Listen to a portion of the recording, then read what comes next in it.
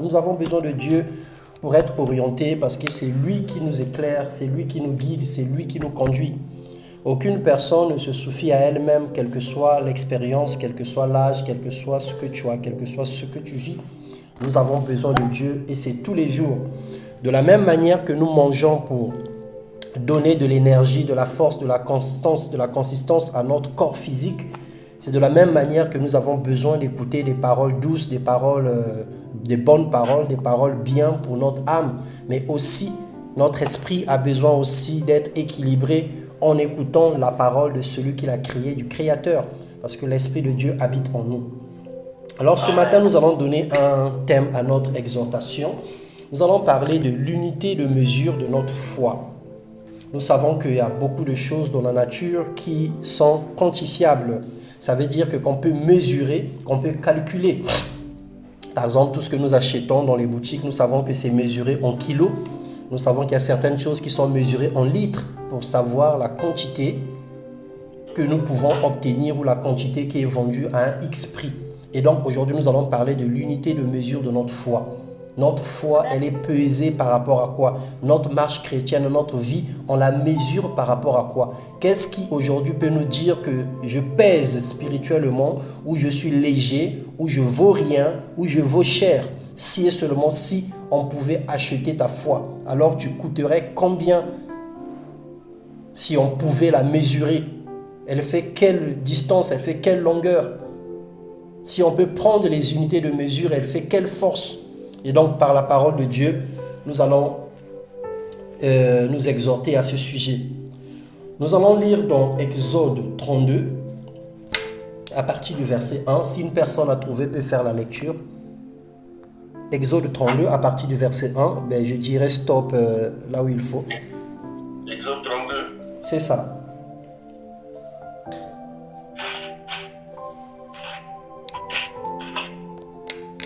Exode 32 à partir du verset 1. Je lis la parole du Seigneur. Amen.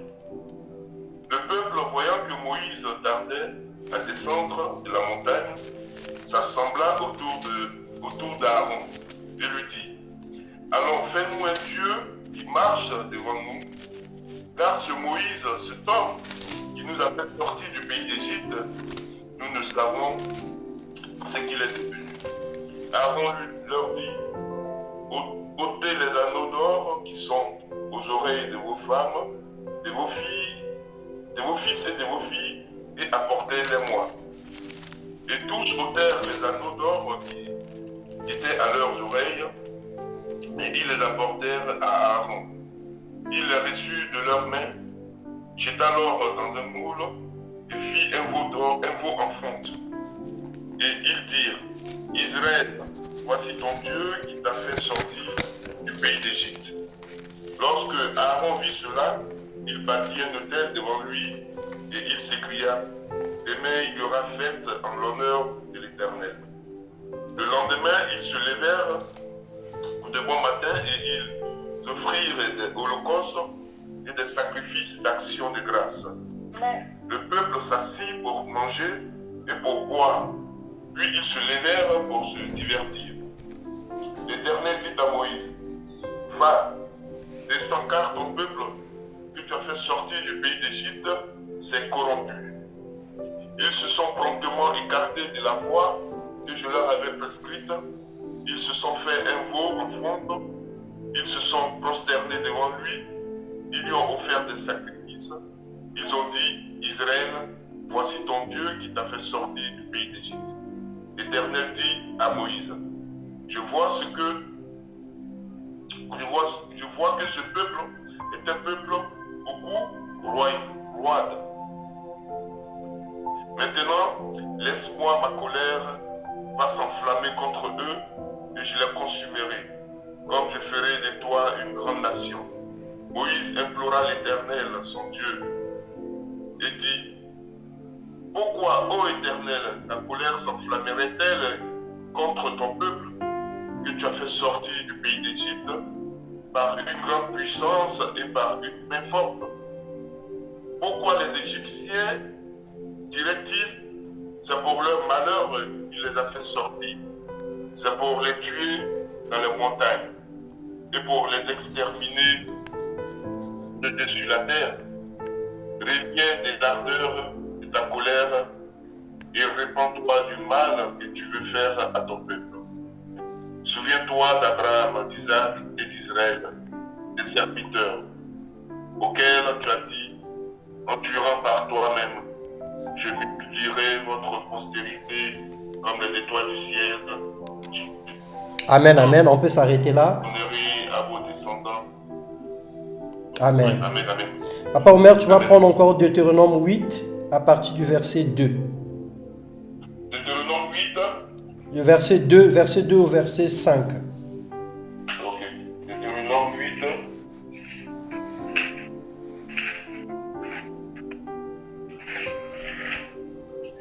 Deutéronome 8, verset 2 À 5. Verset 2 à verset 5. Je lis la parole du Seigneur. Amen. Souviens-toi de tout le chemin que l'Éternel, ton Dieu, a fait faire pendant ces 40 années dans le désert, afin de t'humilier et de t'éprouver, pour savoir quelles étaient les dispositions de ton cœur, et si tu garderais ou non ces commandements.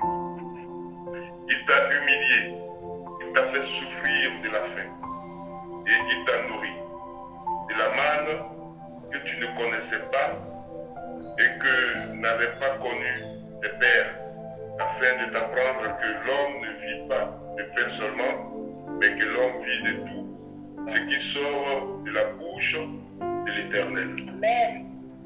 Ton vêtement ne s'est point usé sur toi, et ton pied ne s'est point enflé pendant ces 40 années. Reconnais en ton cœur que l'Éternel, ton Dieu, te châtie comme un homme châtie son enfant. Amen, amen.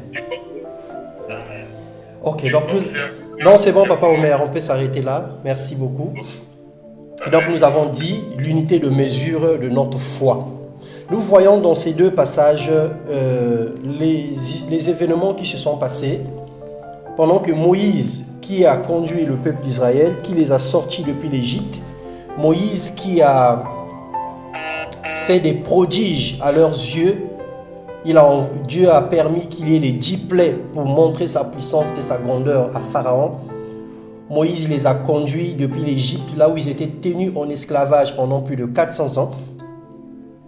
Ils sont arrivés dans le désert. Moïse va s'éloigner pour la prière à peine 40 jours que Moïse était dans la présence de Dieu. Eux, derrière, ils ont commencé à se rebeller contre Dieu. Ils ont commencé à changer d'attitude. Ils ont commencé à douter du Dieu qui les a délivrés de la main de Pharaon.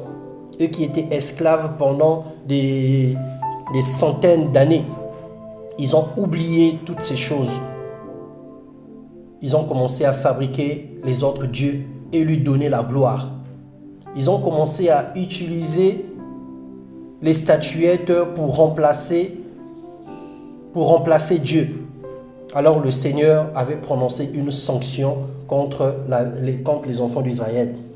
Et dans Deutéronome 8, la Bible nous demande de se souvenir du chemin que l'Éternel nous a conduit.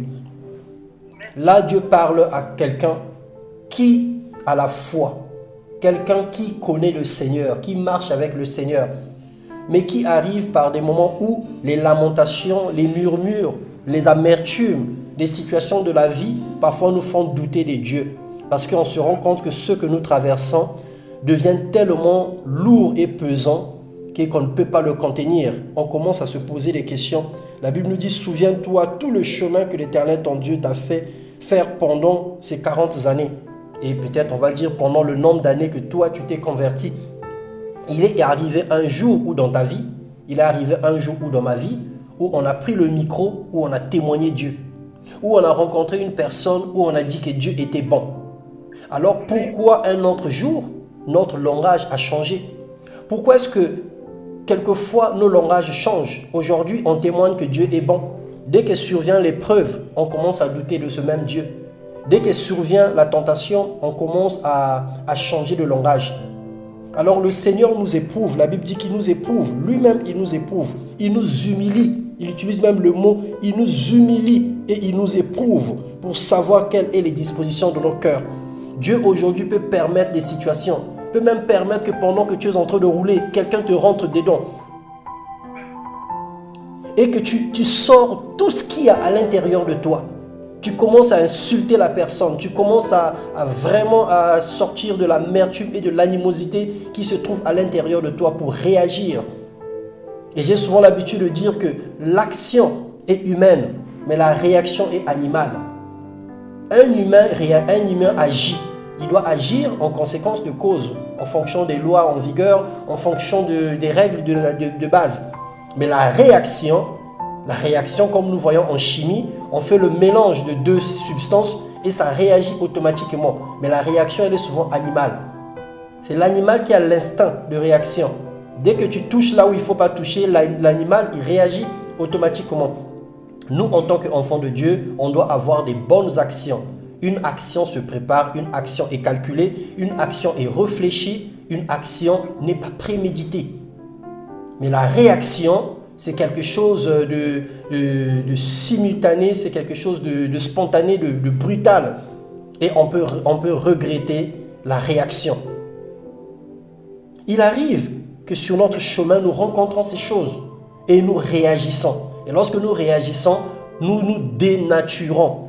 On s'éloigne de la veste ou du costume d'enfant de Dieu. Parce qu'on se ressemble à cet instant-là exactement à un païen.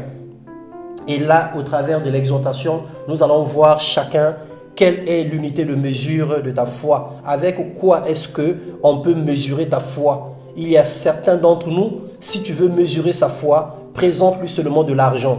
Tu vas voir ce qu'il va devenir devant l'argent. Il y a d'autres personnes, si tu veux mesurer sa foi, insulte-le ou touche à son enfant, touche à son père, comme disaient certaines mamans en Afrique. Que si tu touches à mon fils, c'est-à-dire elle est capable de t'égorger. Moi, ma mère, à l'école, lorsque le maître ou la maîtresse tapait un enfant, elle quittait la maison, elle partait remettre la gifle. Parce que c'était pour moi de l'envoûtement. Tout le monde avait peur d'elle, depuis le directeur de l'école jusqu'au maître, on avait peur de ma mère parce qu'elle avait fait pas mal d'actions à l'école élémentaire, là où nous étions grandis. Elle avait giflé plusieurs professeurs, elle avait giflé plusieurs enseignants à l'école. Elle n'acceptait pas qu'on touche à ses enfants. À l'époque, on avait une maman héroïne, mais aujourd'hui, on se rend compte que c'était de l'envoûtement. Parce qu'à chaque fois, elle vient, elle te rappelle comment elle avait accouché cet enfant. Elle va te dire, l'enfant que tu as tapé là, il est né à 3 heures du matin de telle date. J'avais telle douleur, j'avais telle situation, j'avais telle maladie. Et aujourd'hui, tu oses taper mon enfant. Comme si on avait partagé les douleurs d'enfantement. Et pendant qu'elle est en train de parler, elle engage ses mains à remettre les gifles et les coups de poing. Elle était comme ça. Mais c'était une réaction animale. Ce n'était pas des choses à louer ou à acclamer. Parce que ce n'était pas normal. Il y a des personnes aujourd'hui, si tu veux mesurer sa foi, mets-lui devant un homme, un beau jeune homme, ou devant une belle femme. Tu vas te rendre compte que toute sa foi ou tout son enseignement va partir à l'eau. Parce qu'il va commencer à transpirer à grosses gouttes. Il y a des filles qui ne supportent pas de voir des beaux messieurs. Il y a des hommes qui ne supportent pas de voir des belles femmes. Il y a des personnes, si tu veux mesurer sa foi, mets-lui seulement à l'épreuve. Dis-lui une blague.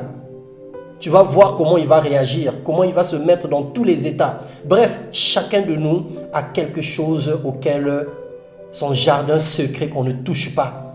Dès qu'on met le doigt là-dessus, alors là, on a créé des hostilités et des problèmes. Mais aujourd'hui, le Seigneur veut nous apprendre une autre façon de vivre. Le caractère de l'homme est l'outil humain que le diable utilise pour nous détruire. Le diable n'ira pas loin. Déjà, nous allons rappeler le mécanisme de la conversion. Lorsque nous acceptons Jésus-Christ comme Seigneur et Sauveur, selon Jean 1,12, nous acceptons Christ dans notre cœur, nous devenons enfants de Dieu. Et parce que nous avons compris Romains 3,23 ou Romains 6,23 que le salaire du péché c'est la mort et le don gratuit de Dieu c'est la vie éternelle, on accepte de passer de l'autre côté. On renonce à notre vie du passé pour marcher avec Christ. Et on décide de faire ce qui est écrit dans 2 Corinthiens 5, 17, que celui qui est en Christ est une nouvelle créature. Les choses anciennes sont passées, toutes choses sont devenues nouvelles. Donc Dieu nous emmène à la nouvelle vie, à la nouvelle naissance. Les choses anciennes doivent passer. Les choses anciennes doivent être jetées et laissées derrière nous. Et lorsque nous avançons avec le Seigneur, il y a des choses anciennes qui nous suivent, des choses anciennes qui continuent encore à caractériser notre marche chrétienne. Et c'est ça que le diable utilise, donc le caractère de l'homme. Le diable utilise ces choses pour nous détruire. Il va nous accuser, il va nous culpabiliser au travers de ce caractère, au travers de ce comportement. Il sait que cette personne est effervescente à la colère, cette personne est réactive aux provocations, aux moqueries, aux problèmes d'argent, à ceci ou à cela. Alors le diable, tout le long de notre marche chrétienne, va chercher à nous emmener ces choses, ces appâts. Il va mettre les appâts sur notre chemin pour que nous puissions tomber. Et c'est ça le but du diable. Il n'a pas une autre mission que de nous ramener à ce à quoi nous avons renoncé. Il n'a pas une autre mission que de nous ramener en arrière, que de nous ramener dans le monde. C'est la mission du diable. Il sait qu'il est condamné. Aucun pardon, aucune supplication ne pourrait changer la vie de Dieu en ce qui concerne le diable. Parce qu'il est le premier qui a été condamné. Et l'enfer existe pour lui. Dieu a créé l'enfer que pour le diable. Il n'y a pas de pardon pour lui. Parce que lui, il a blasphémé. Mais comme il sait qu'il est condamné à mort et qu'il lui reste peu de temps, il ne veut pas aller seul. Il ne veut pas que lorsqu'il va se retrouver en enfer, qu'il soit seul. Mais il veut que plusieurs personnes souffrent avec lui. Et donc du coup, il est en train de tout faire pour garder certaines personnes dans le monde et pour sortir ceux qui sont en Christ, pour les ramener aussi dans le monde. Alors nous sommes passés de l'autre côté. Nous avons traversé cette vie. Nous sommes venus en Christ. Alors les choses anciennes ne doivent plus figurer dans notre vie présente.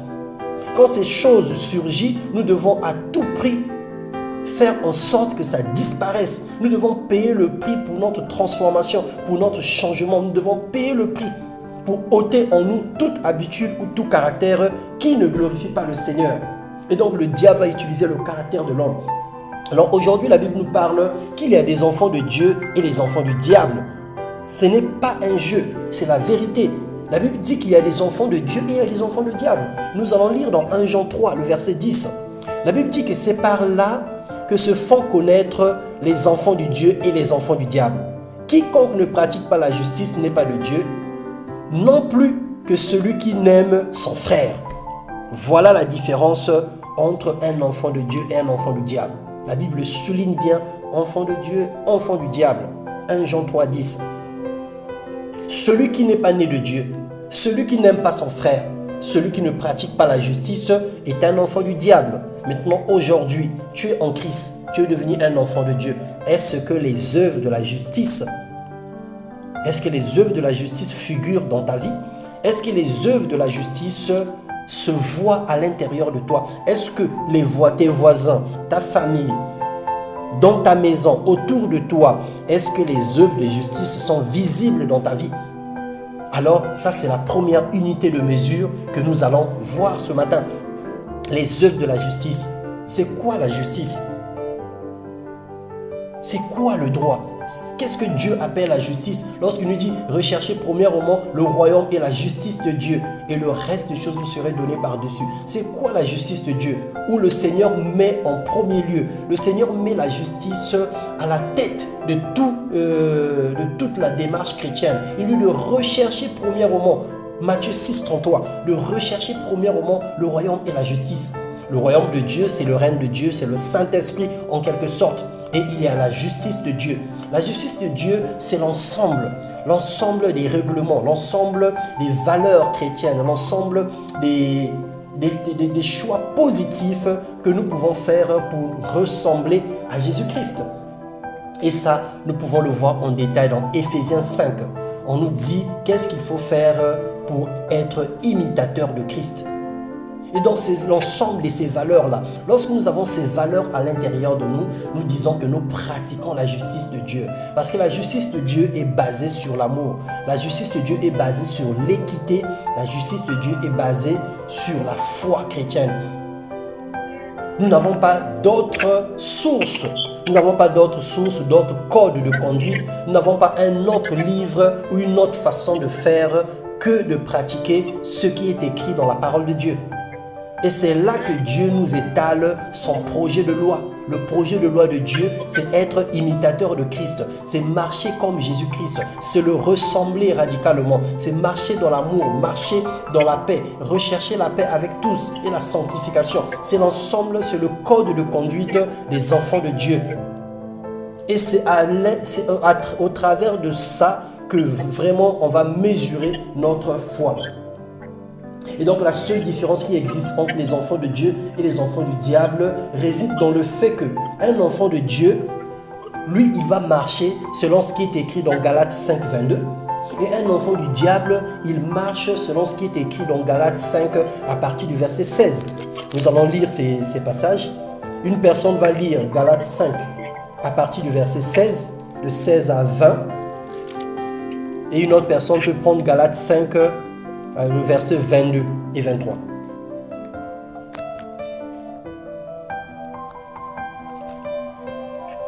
Galates 5, verset 16 à 21. Galates 5. Le verset 16 à 21. 7. 16. À 16 à 21. Galates 5, verset 16 à 21. Je lis la parole du Seigneur. Je dis donc, marchez selon l'esprit et vous n'accomplirez pas les désirs de la chair. Car la chair a des désirs contraires à ceux de l'esprit et l'esprit en a des contraires à ceux de la chair. Ils sont opposés entre eux afin que vous ne fassiez point ce que vous voudriez. Si vous êtes conduit par l'esprit, vous n'êtes point sous la loi. Or, les œuvres de la chair sont manifestes. Ce sont l'impudicité, l'impureté, la dissolution, l'idolâtrie, la magie, les inimitiés, les querelles, les jalousies, les animosités, les disputes, les divisions, les sectes, l'envie, l'ivrognerie, les excès de table et les choses semblables. Je vous dis d'avance, comme je l'ai déjà dit, que ceux qui commettent de telles choses n'hériteront point le royaume de Dieu. Mais le fruit de l'esprit, c'est l'amour, la joie, la paix, la patience, la bonté, la bénignité, la fidélité, la douceur, la tempérance. La loi n'est pas contre ces choses. Ceux qui sont à Jésus-Christ s'acquittent la chair avec ses passions et ses défauts. Si nous vivons par l'esprit, marchons aussi selon l'esprit. Amen, amen. Amen. Alors là, le Seigneur nous fait un tableau de Galates 5 au verset Galates 5, le verset 16 au verset 21, on nous parle des œuvres de la chair. Et les œuvres de la chair sont proportionnellement ou radicalement liées aux enfants du diable. Et on nous parle des œuvres de l'esprit qui sont également proportionnelles à la vie des enfants de Dieu. Alors ça veut dire que lorsque tu es un enfant de Dieu, on doit voir à l'intérieur de toi l'amour, la paix, la patience, la bonté, la bénignité, la fidélité, la maîtrise de soi. Et lorsque tu es enfant du diable, on verra en toi les luttes, les querelles, les murmures, l'animosité, l'ivrognerie, l'impudicité, toutes ces choses que nous avons citées tout à l'heure. Si un seul caractère, il ne s'agit pas des actes, on va dire, momentanés, spontanés ou les actes d'un jour. Il est arrivé peut-être un jour dans ta vie ou peut-être que tu as été dépassé par les événements, que tu as pris de l'alcool parce que tu étais dépassé par les événements, ou il est arrivé qu'un jour pendant que tu étais en train de marcher, tu as convoité une femme ou un homme dans la rue, ou encore il est arrivé un jour, tu étais épris de colère, tu as insulté quelqu'un. Il ne s'agit pas de ça, des actions spontanées ou quelque chose qui est arrivé une fois ou deux fois dans ta vie, mais il s'agit d'un caractère. Alors ce matin, si malgré que tu es enfant de Dieu, malgré que tu marches avec le Seigneur, mais tu te rends compte que parmi ceux qu'on a cités, dans Galates 5, le verset 16, il y a des choses qui demeurent encore dans ta vie. Il y a des choses qui sont encore enracinées à l'intérieur de toi, ce que la Bible appelait les œuvres de la chair. Si aujourd'hui que tu es encore dans l'adultère, malgré que tu es chrétien, tu persistes là-dedans, si tu es encore dans les impudicités, impudicité, c'est quoi? Être impudique, c'est dire des choses qui ne sont pas pudiques, des choses qui ne sont pas lucides, des choses qui ne sont pas bien à dire. Si tu es encore dans ces choses, si tu es dans la dissolution, tu es là à faire des divisions, si tu es dans l'idolâtrie, ça veut dire que tu es attaché à quelque chose. Il y a quelques semaines, Papa Marcel nous avait parlé de l'idolâtrie. L'idolâtrie, ce n'est pas seulement adorer les statuettes, mais c'est attaché à quelque chose plus que Dieu. Ça veut dire que la chose là commence à prendre la place de Dieu dans ta vie. Ça peut être l'argent, ça peut être tes enfants, ça peut être ton travail, ça peut être n'importe quoi. Est-ce que tu es toujours idolâtre? Ça peut être ton mari, ta femme, la magie, les inimitiés. Tu as toujours des personnes, malgré que tu es chrétienne, il y a toujours des personnes jusqu'à aujourd'hui que tu ne parles pas, que tu n'adresses pas la parole. Oui, Dieu nous demande de fuir les mauvaises compagnies. Dieu nous dit que les mauvaises compagnies corrompent les bonnes mœurs. Tu as raison, il n'y a pas de problème. Mais Dieu ne te donne pas raison lorsqu'il y a une seule personne dans ta vie que tu n'as pas pardonné. Dieu ne te donnerait pas raison lorsqu'il y a une seule personne dans ta vie que tu ne parles pas. Tu peux avoir des distances avec certaines personnes, c'est de la prudence. Mais s'il y a une seule personne sur la terre que tu ne causes pas, ou que tu as un don pourri, ou que tu es en colère contre, sache que tu marches dans la dissolution. Sache que tu marches encore dans les œuvres de la chair. Parce que Christ, malgré la torture, malgré la souffrance, malgré la croix, avant de mourir, il a dit à Dieu, pardonne-leur. Alors toi, quel est le mal qu'on t'a fait que tu ne peux pas pardonner? Quel est le crime qu'on a commis sur ta vie que tu ne peux pas pardonner la personne? Même si c'était un viol, même si c'était l'harcèlement, même si c'était, comment on appelle, l'oppression familiale, je ne sais quoi. Quel est le mal que tu ne peux pas pardonner? Quel est le poids que tu portes, que Christ n'a pas déjà porté?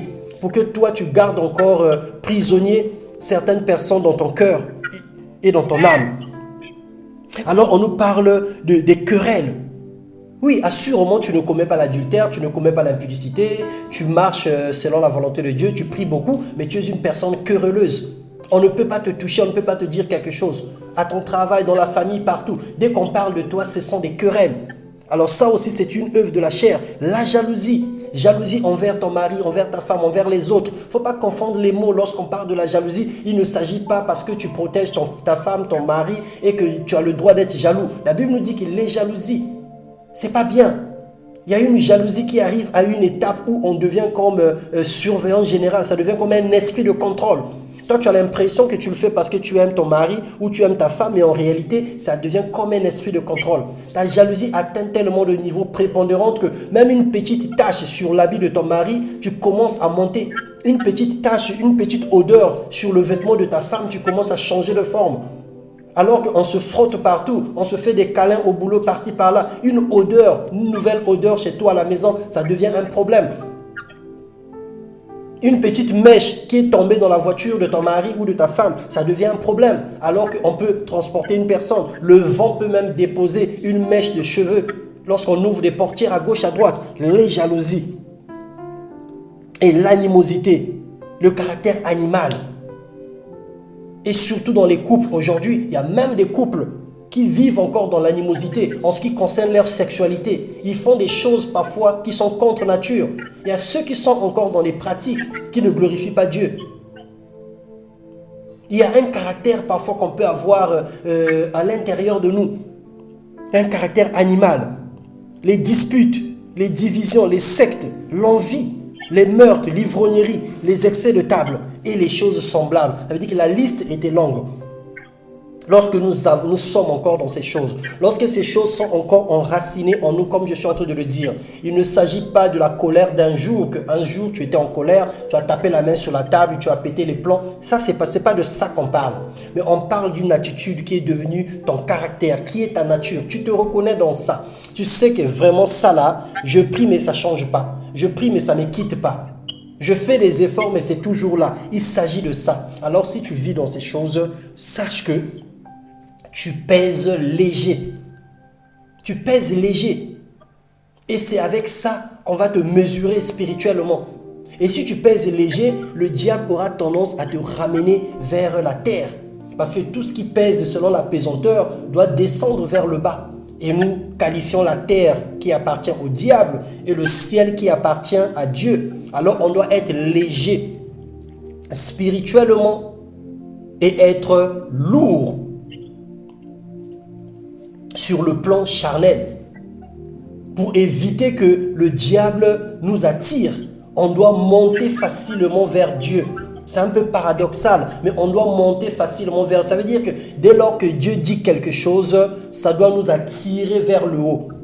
Ça ne doit pas nous attirer vers le bas. Les choses spirituelles doivent nous élever plus haut que la terre. On doit dépasser les choses de la terre pour que nous soyons en face de la parole de Dieu. Et ceux qui marchent selon Dieu, ceux qui marchent selon l'Esprit, c'est ceux-là qui ont l'amour. C'est ceux-là qui ont la paix, qui recherchent la paix avec tous. C'est ceux-là qui ont la maîtrise de soi. C'est ceux-là qui ont la bénité, la fidélité. Et là, la différence entre les enfants de Dieu et les enfants du diable. Et encore, aujourd'hui, le diable ou les enfants du diable, ils ont les mêmes capacités, ils ont les mêmes compétences que nous. Un enfant du diable a la capacité de chasser les démons. Il a la capacité de faire même des miracles. Il a la capacité de parler en langue. Le diable a la capacité d'opérer des grandes choses. Il avait même déjà promis à Christ qu'il devait lui donner les royaumes de la terre. Ça veut dire que le monde entier lui appartient. Le diable aussi peut donner des promotions aux gens. Mais la seule différence qui existe, ou la seule chose que le diable ne peut pas avoir, c'est ce qui est écrit dans 1 Corinthiens 4, le verset 13. On parle de l'amour. Le diable, quelles que soient ses performances, quelles que soient ses capacités, il n'aura jamais l'amour. La Bible dit que non, l'amour est patient, est plein de bonté. L'amour n'est point envieux.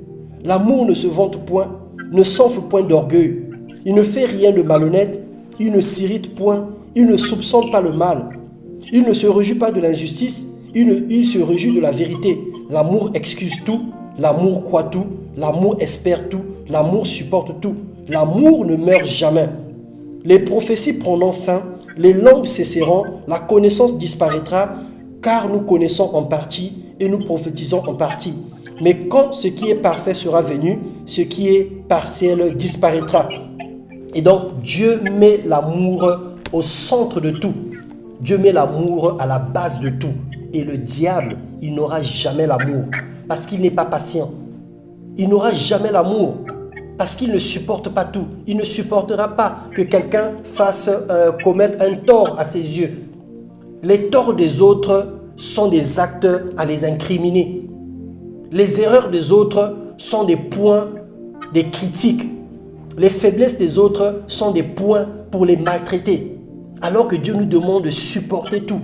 Dieu nous demande d'excuser tout. Dieu nous demande de ne pas se réjouir de l'injustice. Dieu nous demande de ne pas être malhonnête. Dieu nous demande de pardonner. Quel que soit ce que le mal qu'on t'a fait, tu dois pardonner. Et il faut savoir que le pardon a plusieurs facettes. Il y a demander pardon pour ses erreurs, mais il y a pardonner les erreurs. Mais même en pardonnant les erreurs, il y a pardonner les erreurs que tu reconnais. Et il y a aussi pardonner les torts qu'on t'a fait, même quand tu n'es pas impliqué. Ça veut dire que dans le pack pardon, il y a tellement de choses importantes que si nous arrivons à pratiquer cela, alors nous devenons comme Christ. Et c'est le souhait du Père, c'est le souhait de Dieu. Parler en langue, connaître les Écritures, aller à l'église, faire le monde, faire la dîme, etc. Ces choses ne nous sauvent pas. Il y a des personnes qui sont nées à l'église, grandis à l'église, ça fait 40 ans. qu'il ne manque jamais un seul culte. Mais pourtant, ces personnes sont encore dans le monde. Ces personnes sont encore des païens.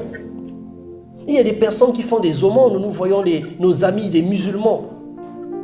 Un musulman dans sa culture, dans son éducation, chaque jour de sa vie, je dis bien chaque jour de sa vie, il fait l'aumône.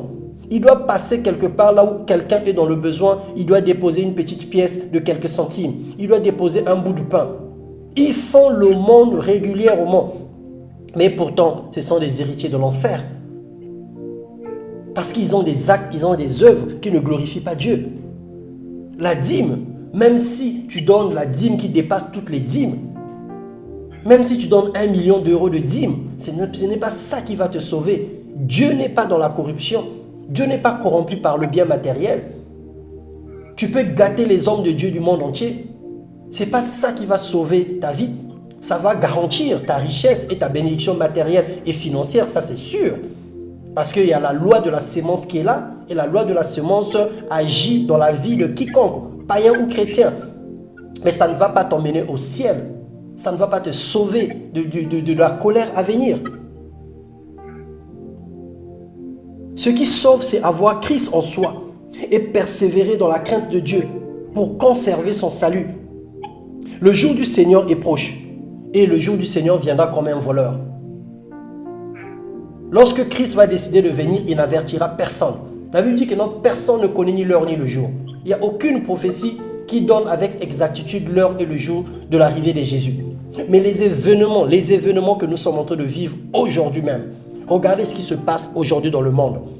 Jetez les regards dans les nations. Jetez les regards dans les nations. En commençant par la France.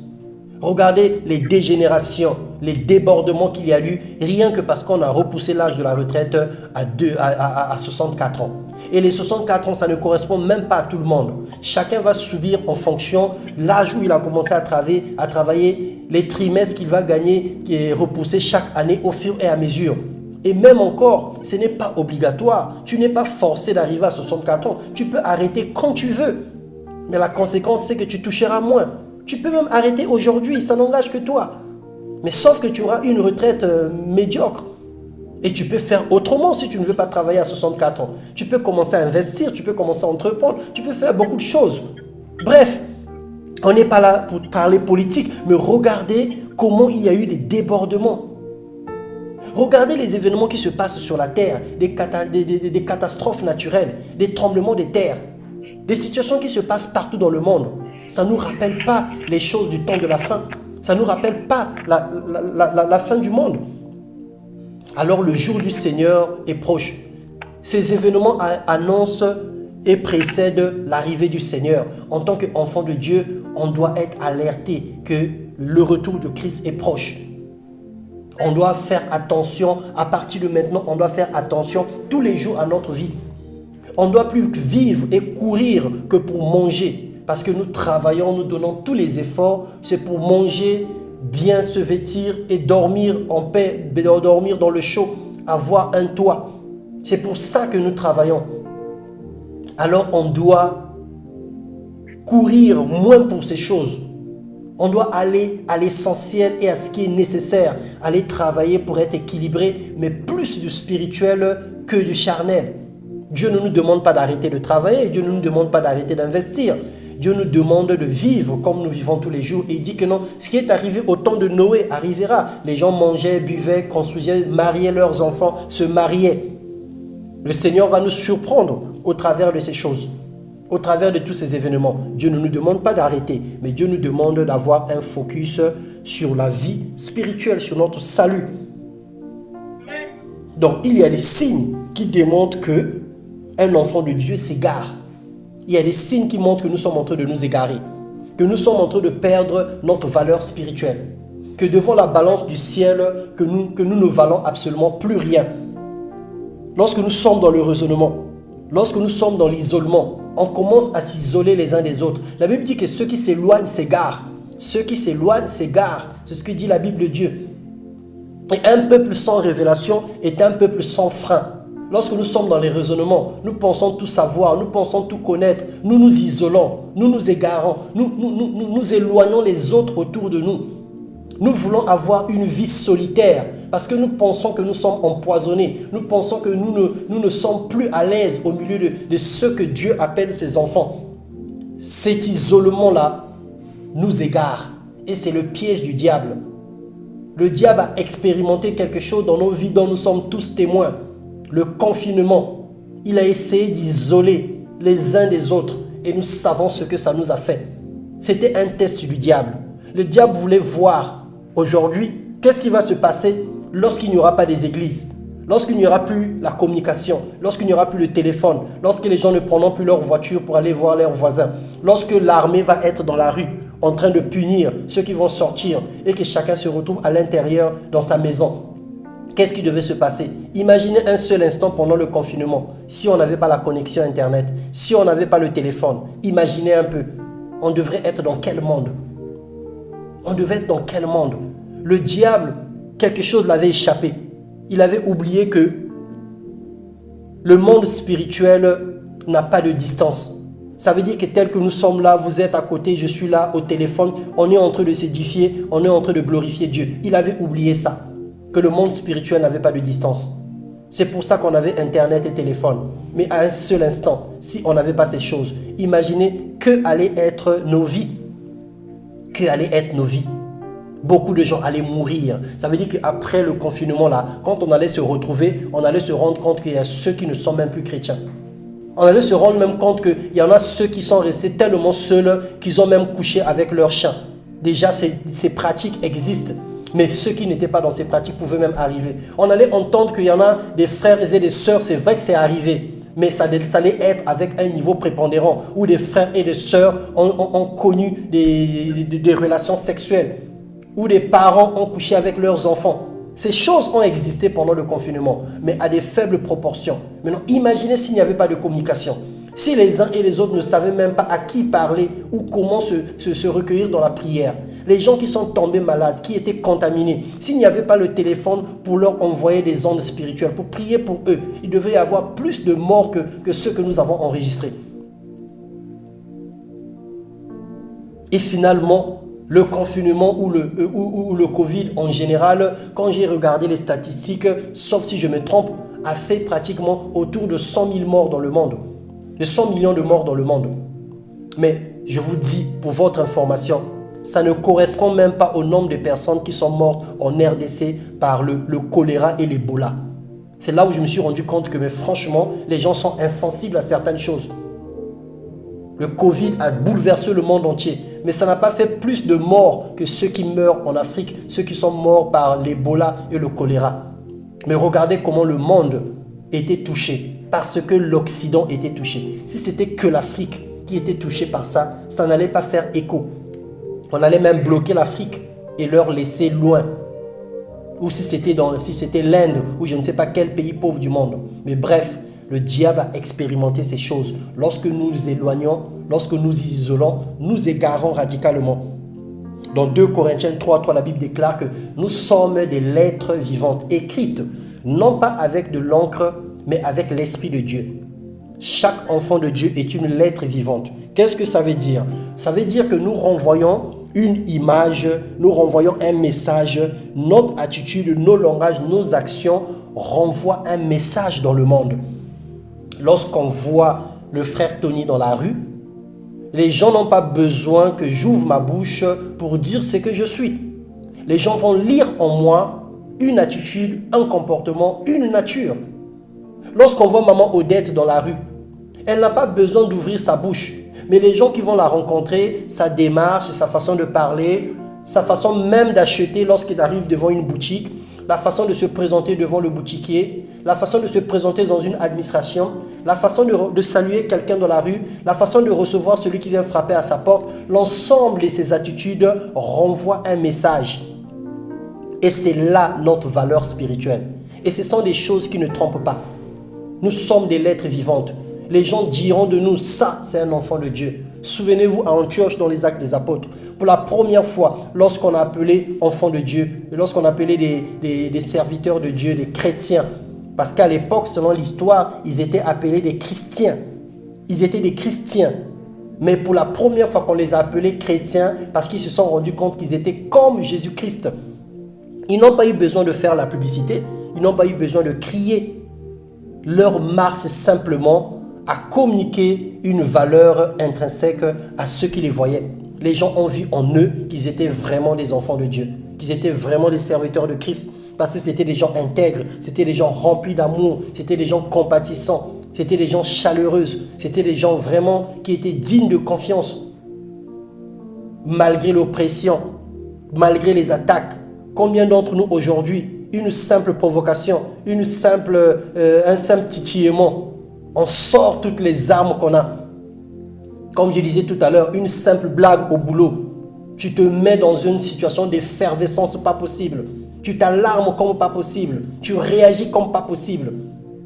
Et si et seulement si le Seigneur était en train de t'éprouver, Dieu peut mettre autour de toi un pasteur qui est parfois dur, qui te dit des choses parfois désagréables, mais tu ne te rends même pas compte que c'est ton épreuve à toi. C'est l'épreuve de feu. C'est l'épreuve de feu. Dieu peut mettre un frère autour de toi, mais tu ne te rends même pas compte que ce frère pour Dieu, c'est une épreuve pour toi. Comme nous avons lu dans Deutéronome 8, le Seigneur t'éprouve. Le Seigneur veut savoir si tu es capable de porter de la croix. Le Seigneur veut savoir si tu es capable d'assurer la mission qu'il veut te donner. Mais il va t'éprouver. Il va t'éprouver. Il va mettre devant toi des situations pour voir comment tu réagirais. Dieu va même permettre en sorte que tu perds ton travail pour voir comment est-ce que tu vas devenir.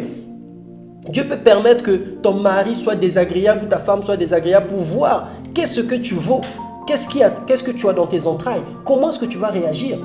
Dieu peut te donner un enfant, on va dire un peu bizarre, têtu ou rebelle pour voir comment tu vas réagir. Quelle est la réaction de Dieu vis-à-vis de nos caractères? Comment Dieu réagit par rapport à nos comportements? Est-ce que Dieu nous envoie le feu pour nous détruire? Est-ce que Dieu nous engloutit dans la mer Rouge ou dans les eaux de Noé? Dieu a dit, il avait juré qu'il ne ferait plus cela.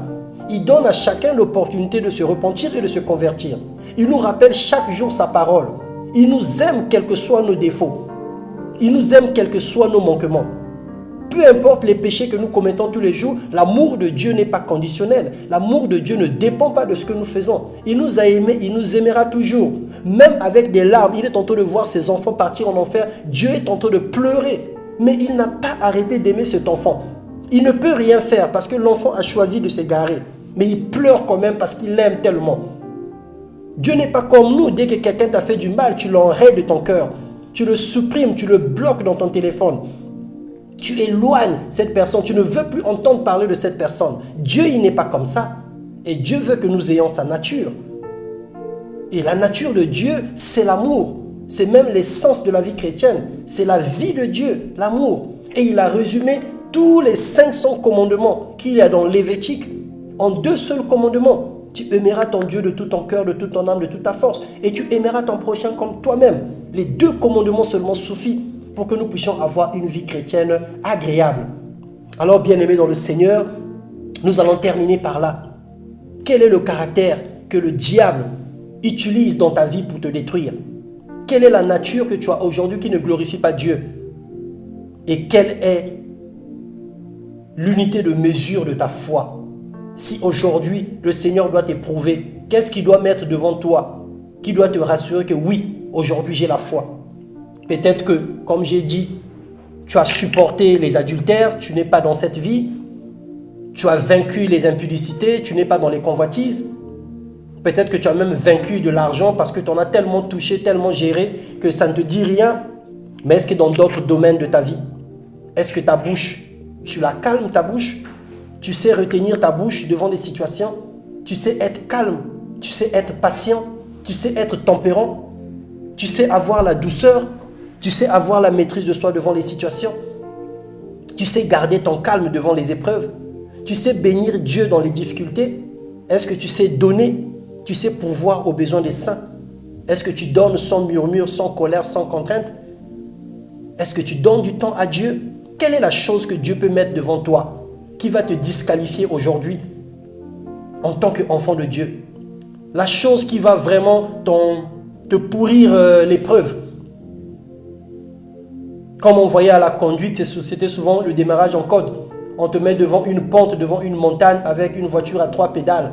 C'est là souvent que les moniteurs arrivaient à attraper les personnes qui n'avaient pas des capacités adéquates dans la conduite. On te met devant une pente et on te demande de stationner sur la pente, de garder les pédales en équilibre, de ne pas reculer même d'un centimètre et de continuer à rouler sans pourtant que la voiture ne recule. C'est une épreuve pour les conducteurs de voitures. Ou encore devant les embouteillages.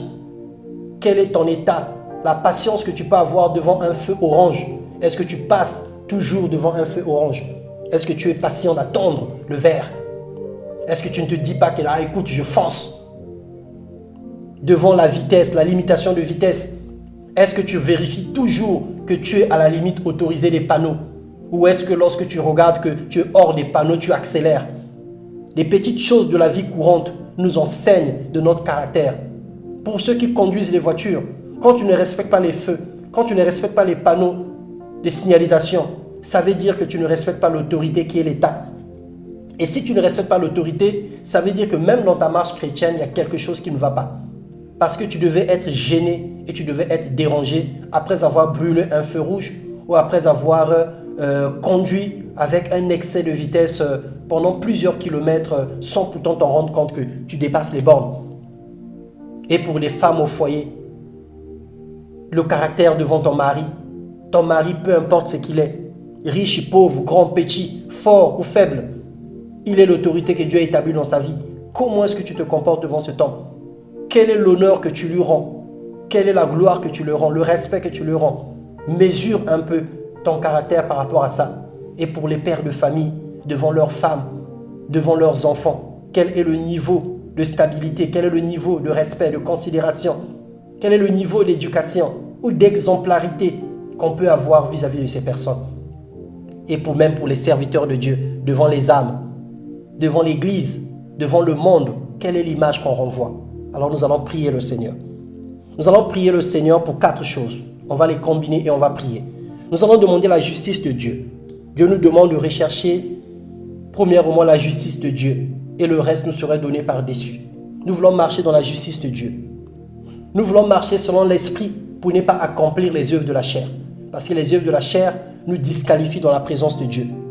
Et nous allons demander à Dieu de nous remplir de fruits de l'esprit. Nous voulons être des véritables disciples de Christ et que le fruit de l'esprit de Galates 5, 22 s'imprime et s'imprègne à l'intérieur de nous. Élevons tous nos voix et prions le Seigneur dans le nom de Jésus.